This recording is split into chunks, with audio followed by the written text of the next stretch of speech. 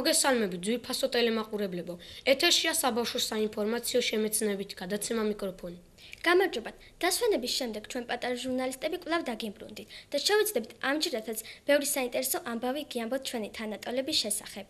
როგორები ვიყავით, როდესაც პირველად დავდექით კამერის წინ მიკროფონით ხელში? ვინ იყვნენ ჩვენი პირველი რესპონდენტები და როგორ მოვედით დღემდე? ჩვენმა კოლეგამ მარი მარგალიტაშვილმა ყოველივე ამის შესახებ საკმაოდ საინტერესო და ამავე დროს სახალისო სიუჟეტი მოგვიმზადა, რომელსაც ახლა თქვენ შემოგთავაზებთ. ჩვენ მიკროფონის ჟურნალისტებმა მხოლოდ რამდენიმე თვეა რაც მიკროფონი ავიღეთ ხელში და კამერის წინ დავდექით. დღეს ყველაფერი უფრო ადვილია და ნაკლებადაც ნერვიულობთ, მაგრამ იყო დრო, როდესაც დაბნეულობისაგან ტექსტის გვავიწყდებოდა და ენაც გვებმოდა. თუმცა ამ ყველაფრის მიუხედავად ვცდილობდით, რომ გადაცემა საინტერესო გამოგხსნოდა. დღეს გვინდა ჩვენი მიკროფონის ისტორია გიამბოთ. როდესაც ახლობლების გარემოცვაში ჟურნალისტობანას თამაშობ, ან მიკროფონის მსგავსი რაიმე ნივთით სარკის წინ პოზირობ, ეს ძალიან სახალისოა.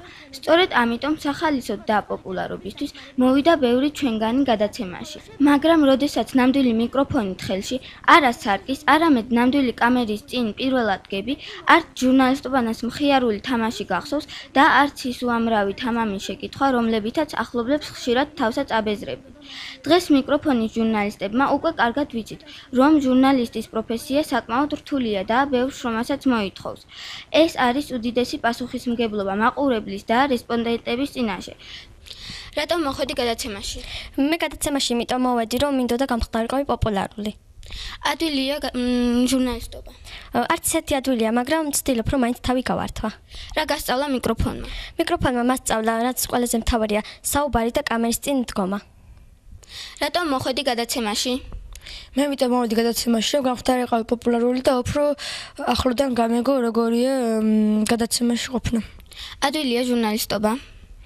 არც ადვილი არ არის, მაგრამ ვართ მე როგორმე თავს. რა გასწავლა მიკროფონმა? მიკროფონმა მასწავლა კამერასთან დგომა. რატომ მოხვედი გადაცემაში? იმიტომ რომ ბევრ სოციალურად დაუცველ ბავშვს დავეხმარო. ადვილია ჟურნალისტობა? არ არის ადვილი. ჩვენი რამდენიმე თვიანი მუშაობის მანძილზე იყო ბევრი ნერვიულობა, დაძაბულობა და ზოგჯერ ცრემლებიც. იყო უამრავი შეცდომაც, ზოგჯერ იმაზე მეტი, თქვენ რომ წარმოგიდგენიათ. აფრიკულის დასვლის სპილოს წონა კი შეიძლება. ასევე პასკა არის ქრისტიანობის კალიები და ციცინათელები, ყურები. დღეს ჩვენი გადაცემის მეგობარი პედიატრი ვანო ამბარდანიშვილი ბავშვებსაც და უფროსებსაც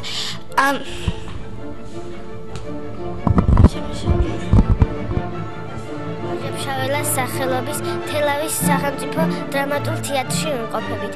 აქ ბევრი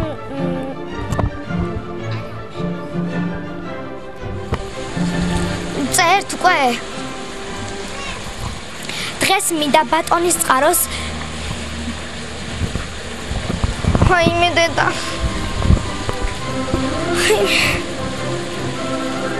მაგდა ციკლაურ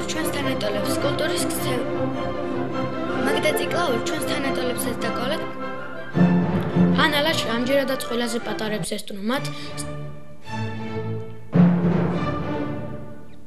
ანალაშ ამჯერადაც ყველაზე პატარებს ესტუმრო. ანალაშ ამჯერადაც ყველაზე პატარებს ესტუმრა. მათ საფულს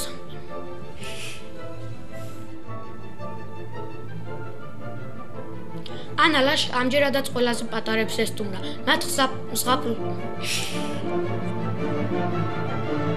ანალაშ ამჯერადაც ყველაზე პატარებს ესტუმრა. მათ საფულ სამყაროში იმოგზაურა და საბავშვო ბაღის ბავშვებზე საინტერესო რეპორტაჟი მოგვიმზადა. თავაზობთ რეპორტაჟს თელავის საბავშვო პირველ ანალაშ ამჯერადაც ყველაზე პატარებს ესტუმრა. მათ საფულ სამყაროში იმოგზაურა და საბავშვო ბაღის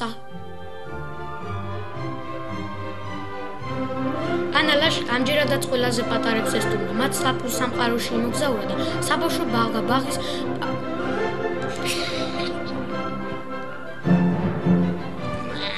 კურიოზებიც ბევრი გქონდა, მაგრამ ყოველთვის გვახსოვდა, რომ ჩვენი მაყურებელი გველოდა, რომელიც ჩვენთვის ყველაზე მთავარი იყო და მისი მოლოდინი აუცილებლად უნდა გაგვემართებინა. პატარების ზღაპრულ სამყაროში მოგზაურობას. ამჯერად ჩვენი მიკროფონით თელავის მერვე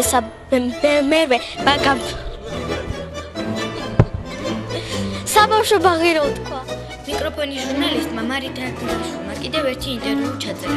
ის მსახიობ ხატვარს და პოეტს ბატონ კარლო ქართველიშვილს ესწრებოდა. მიკროფონის ჟურნალისტმა ნინო თარდილაშვილმა კიდევ ერთი ინტერვიუ ჩაწერა. ის მსახიობ ხატვარს და პოეტს ბატონ